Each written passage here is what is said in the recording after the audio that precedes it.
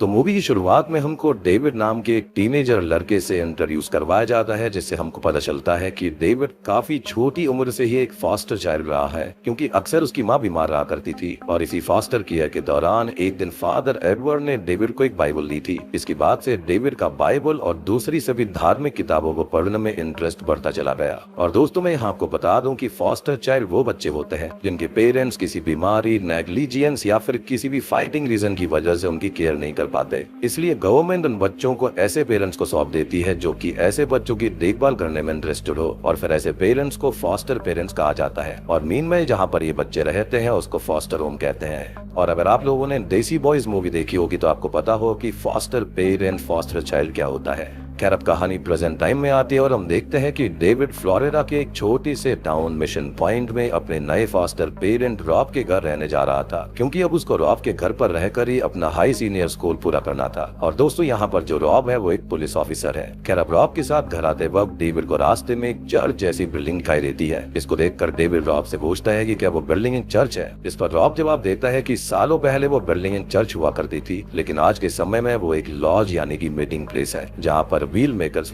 करते हैं। इस पर डेविड पूछता है कि व्हील मेकर्स कौन है, तो रॉब उसको बताता है कि उससे भी उन लोगों के बारे में अभी ठीक से जानकारी नहीं है, लेकिन उन लोगों ने उसे व्हील मेकर्स को ज्वाइन करने का इनविटेशन दिया है, इसलिए अब वो जल्दी ही व्हील मेकर्स के बारे में जान लेगा। जिसके बाद में ये लोग इधर उधर की बातें करते हुए घर आ जाते हैं, जहाँ पर रॉब डेविड को घर में रहने के लिए कुछ नियम बताता है। जिसके बाद में डेविड उसे ये भूलकर घर से बाहर चला जाता है कि वो टाउन को एक्सप्लोर करना चाहता है। लेकिन अगले सीन में हम देखते हैं कि डेविड सीधा उसी पुराने चर्च के पास जाता है, लेकिन डोर लॉक होने की वजह से वो अंदर नहीं जा पाता, इसलिए अब वो अपने लिए नई किताब लेने चला जाता है। खैर, अब उसकी मुलाकात यहाँ पर शॉपकीपर जोई से होती है, जो कि उसको बातों ही बातों में ये बताती है कि शहर के अंदर एक भी चर्च नहीं है। इसके बाद डेविड जब शाम में घर पहुंचता है तो रॉब उसे ये बोलकर घर से निकल जाता है कि उसको एक अर्जेंट मीटिंग के लिए कहीं पर जाना है। जिसके बाद में हम देखते हैं कि रॉब उसी पुराने चर्च में जाता है, जहाँ पर कुछ लोग जो कि व्हील मेकर्स थे वो एक रिचुअल परफॉर्म करते हैं, जिससे कि रॉब भी अब ऑफिशियली व्हील मेकर बन जाता है। अब अगले दिन जब डेविड स्कूल पहुंचता है तो वहाँ पर स्पेशल गेस्ट के तौर पर शहर के मेयर बॉल्सपा आए होते हैं, जो कि सभी बच्चों को बताता है कि टाउन में होने वाले फायर फेस्टिवल में सभी को पार्टिसिपेट करना होगा। और दोस्तों, यहाँ पर ये जो मेयर है ना, ये कोई और नहीं बल्कि व्हील मेकर का हेड है, जिसे हमने पिछली रात रिचुअल परफॉर्म करते हुए भी देखा था।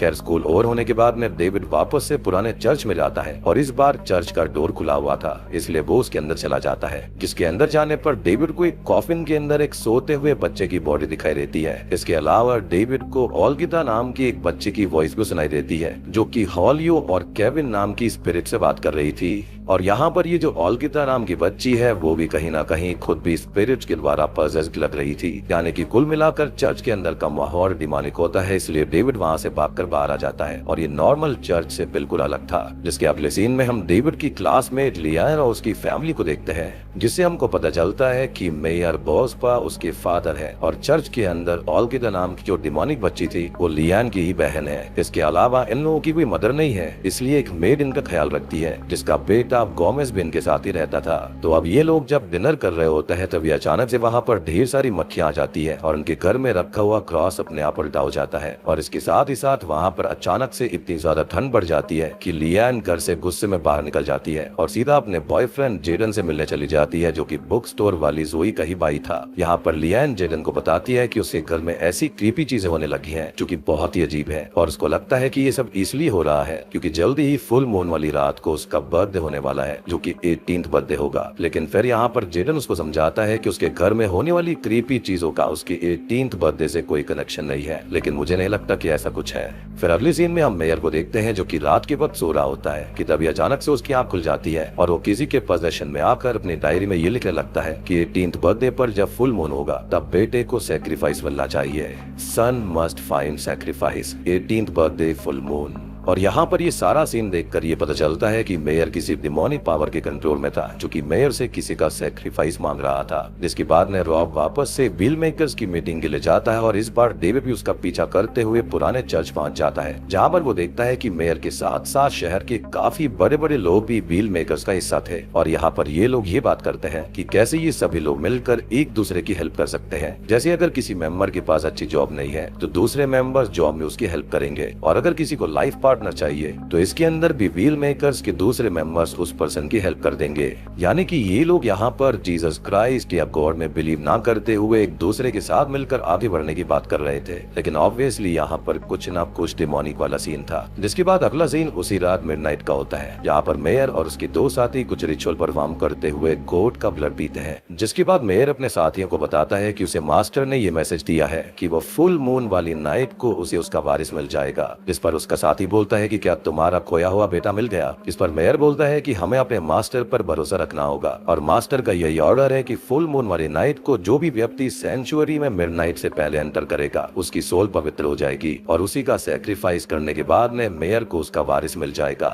यानी कि यहाँ पर हम इनकी बातों से ही जान पाते हैं कि सालों पहले मेयर का जो बेटा खो गया था वो उसे फुल मून वाले नाइट को किसी पवित्र सोल का सैक्रिफाइस करने के बाद पालेगा। यानी कि ये सब वो अपने बेटे को पाने के लिए कर रहा था। फिर अगले सीन में डेविड अपने क्लासमेट गोमेज के रूम पर जाता है जहाँ पर उसे ओल्गिता काफी ज्यादा डरा देती है, लेकिन फिर गोमेज उसको बताता है कि ओल्गिता उसकी मुंह बोली बहन है, इसलिए डरने की कोई बात नहीं है। जबकि हम सभी जानते हैं कि ओल्गिता को इविल स्पिरिट ने पजेस किया हुआ था। खैर यहाँ पर बातों ही बातों में गोमेज और डेविड में अच्छी दोस्ती हो जाती है क्योंकि दोनों का म्यूजिक फील्ड में इंटरेस्ट होता है। इसके बाद डेविड वापस से बुक स्टोर जाता है जहाँ पर उसकी जोई से भी अच्छी दोस्ती हो जाती है। फिर डेविड अगले दिन वापस से गोमेज से मिलने जाता है ताकि दोनों साथ में म्यूजिक प्रैक्टिस कर पाए, लेकिन वहाँ पर बातों ही बातों में डेविड गोमेज को बताता है कि उसको ये महसूस होता है कि इस टाउन में चारों तरफ इविल स्पिरिट्स हैं जो कि उसको देख रही हैं। इस पर गोमेज बोलता है कि उसे तो ऐसा कभी भी महसूस नहीं हुआ और उसके अकॉर्डिंग डीमंस जैसी कोई भी चीज एग्जिस्ट नहीं करती है। अब डेविड जोई से मिलने जाता है और मीनवाइल हम जंगल में रॉब को देखते हैं जो कि छुपकर मेयर और उसके साथियों पर नजर रख रहा होता है क्योंकि जंगल में वो लोग कोई डिमोनिक रिचुअल परफॉर्म कर रहे थे। मीनवाइल डेविड जोई से बताता है कि उसकी माँ को भूलने की बीमारी है, लेकिन एक बार बचपन में उन्होंने डेविड को बताया था कि जब वह छोटा था तब उन्होंने उसे बड़ी मुश्किल से सेव किया था और वह डेविड को चेतावनी दी थी कि जब तक वो 18 साल का ना हो जाए तब तक वो मिशन पॉइंट ना जाए। लेकिन डेविड को लगता है कि शायद उसके डैड मिशन पॉइंट टाउन से ही बिलोंग करते हैं, इसलिए जब उसको मौका मिला तो वो तुरंत ही मिशन पॉइंट टाउन में आ गया। जिस पर जोई डेविड से पूछती है कि तुम 18 साल के कब हो रहे हो? इस पर वो बोलता है कि वो फुल मून वाली नाइट को 18 साल का हो जाएगा।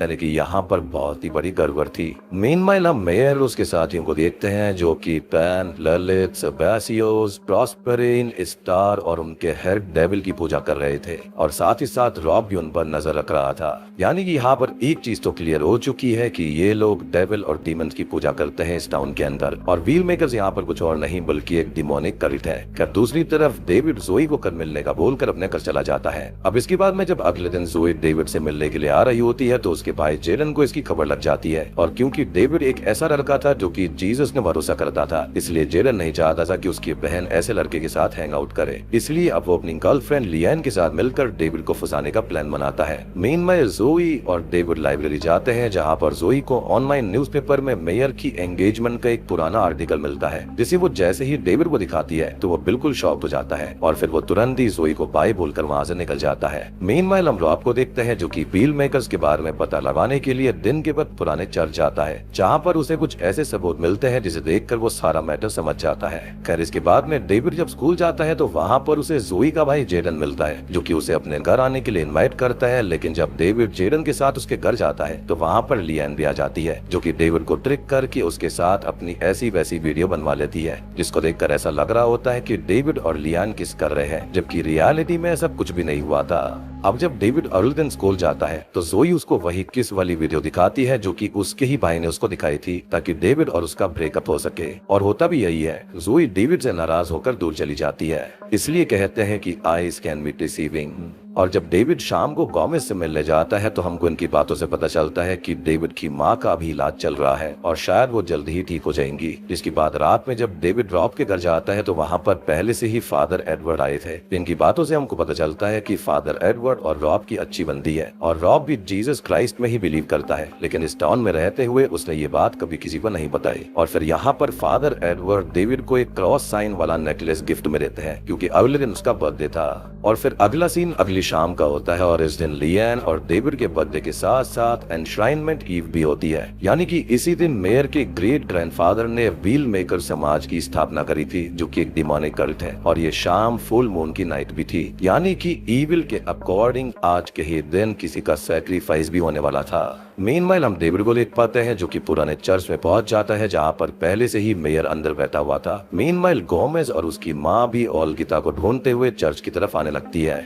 और इधर जोई भी डेविड पर नजर रखते हुए चर्च के बाहर पहुंच जाती है। मीनवाइल डेविड जैसे ही सेंचुरी में पहुंचता है तो मेयर अपने साथियों से बोलकर उसको कैद करवा देता है और उसके बाद में लियन भी चर्च के बाहर पहुंचती है और गिरिट में जोई को सारा सच बता देती है। वो किस वाली वीडियो फेक थी, जिसके बाद दोनों भागते हुए चर्च के अंदर चली जाती है, यानी कि लियन को भी यहाँ पर गिल्ट हो रहा था। अब इधर जैसे ही मेयर डेविड को मारने जाता है कि जोर से बिजली चमकती है और फिर मेयर इविल स्पिरिट से पजेस हो जाता है, जिसको देखकर उसके साथी डर जाते हैं और डेविड को वहीं छोड़कर चर्च से बाहर निकल जाते हैं। मीनवाइल बाकी सभी लोग चर्च में पहुंचते हैं, जहां पर वो देखते हैं कि मेयर डेविड को लगातार मारने की कोशिश कर रहा होता है, लेकिन डेविड उसको बाइबल में लिखे गए वर्सेस की मदद से रोक रहा होता है और फिर तभी वहां पर नर्क का दरवाजा खुल जाता है, यानी कि हेल का पोर्टल, जिसके अंदर मेयर डेविड को गिराने की कोशिश करता है, लेकिन अंत में डेविड अपने क्रॉस वाले नेकलेस की मदद से मेयर को इविल डोर से आजाद करवा लेता है। इसके बाद अगला सीन सीधा 1 साल के बाद का होता है, जहाँ पर डेविड, जोई, लियन और मेयर के साथ हैप्पीली रहता है, क्योंकि अब उसको पता चलता है कि मेयर ही उसके असली डैड है। इसके अलावा अब मिशन पॉइंट टाउन भी इविल से आजाद हो चुका था। इसके बाद में मूवी के एंडिंग सीन में हम ओल्गिता को देखते हैं, जो कि अपने हाथ में चाकू लेकर खड़ी थी और फिर उसकी आईज अचानक से रेड हो जाती है, जिससे हमको पता चलता है कि इविल वर्सेस गुड की ये फाइट अभी भी चालू रहेगी।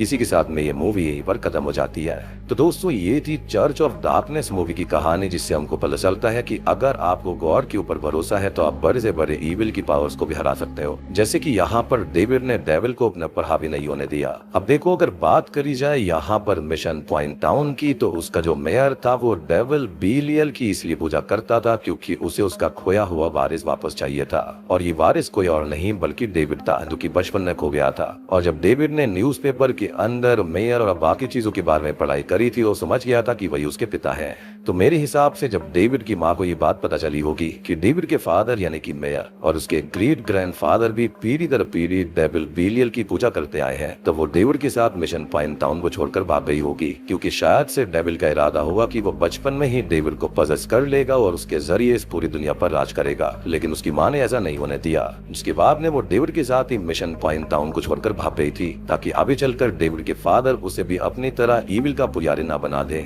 अब बड़े होते होते डेविड को गॉड में इंटरेस्ट आया, उनकी बातों पर, उनकी सारी चीजों में। इसके बाद में वो पूरा गॉडमैन हो गया था, लेकिन किस्मत अब फिर से डेविड को मिशन पॉइंट टाउन के अंदर ले आई, जहां पर उसे अक्सर स्पिरिट दिखती थी, क्योंकि इनडायरेक्टली ये पूरा ही टाउन डेविल के कंट्रोल में था। ऑब्वियस ही बात है कि इस टाउन के इकलौते चर्च को मेयर ने यहाँ पर बर्बाद कर दिया था, तो जहाँ पर गॉड नहीं होंगे तो वहाँ पर इविल का डेरा तो होगा ही। वही बात अगर टाउन के बाकी लोगों की करे तो वो लोग मेयर की बात इसलिए मना करते थे क्योंकि व्हील मेकर्स के वो हिस्सा थे, और ऐसा कर कर उन सभी को प्रॉब्लम्स का सोल्यूशन मिल रहा था। तो ऐसे में इन लोगों को विश्वास हो गया था कि आगे बढ़ने के लिए उन्हें गॉड की कोई जरूरत नहीं है। इसके अलावा बात करें डेविड के फॉस्टर फादर रॉब के बारे में, जो कि पुलिस ऑफिसर थे, तो वो यहाँ पर व्हील मेकर्स के बारे में छानबीन कर रहे थे और इसलिए उनके साथ जाकर मिल गए थे ताकि वो उनके बारे में पूरी जानकारी ले पाए। अब उसको पता चलता है कि व्हील मेकर्स के जो हेड है यानी कि जो मेयर है वो यहाँ पर बाहर से ही टाउन के लोगों की मदद करने का दिखावा करते हैं, लेकिन असल में उनका असली मकसद ये था कि वो टाउन के लोगों की इच्छाओं को इस कदर पूरा कर रहे थे कि उनको कभी भी गॉड की कमी महसूस ही ना हो, और इस तरह से मिशन पॉइंट टाउन हमेशा हमेशा के लिए गॉड से दूर होकर इविल के कंट्रोल में आ जाए, और कहीं ना कहीं डेविल यहाँ पर उनको कंट्रोल कर रहा था। अब वही बात करें इस मूवी के एंडिंग सीन की, और यहाँ पर डेविल को अच्छे से मालूम था कि डेविड अब उसका वेसल नहीं बन सकता और वो उसको जीसस क्राइस्ट की पावर से हरा भी सकता है, इसलिए उसने मेयर को ट्रिक करके उसको ही पदस्थ कर लिया और उसके हाथों से ही अपने बेटे को खत्म करवाना चाहा, यानी कि जिस वारिस के लिए मेयर सालों से डेविल की पूजा कर रहा था, डेविल ने अपने फायदे के लिए उसको ही मेयर के हाथों से खत्म करवाना चाहा, लेकिन अंत में डेविड के फेथ की जीत हुई और इविल को मेयर की बॉडी छोड़नी पड़ी। साथ ही साथ डेविड को अपने फादर भी मिल गए थे। और बात रही यहाँ पर उस बच्ची ओल्गिता की, तो उसकी आंखें लाल क्यों थी? तो ऑब्वियसली बात है कि यहाँ पर डेविल इतनी आसानी से किसी को भी नहीं छोड़ सकता, और जिन डीमंस की ये लोग पूजा करा करते थे उनमें से कोई ना कोई वहाँ पर उस बच्ची के अंदर रह गया होगा। तो दोस्तों, आज के लिए बस इतना ही। उम्मीद करता हूँ कि आपको सारी चीज अच्छे समझ में आ गई होंगी। वो भी एक्सप्लेनेशन अच्छा लगा हो तो वीडियो को लाइक कर देना, चैनल के ऊपर नए हैं तो सब्सक्राइब कर लीजिए।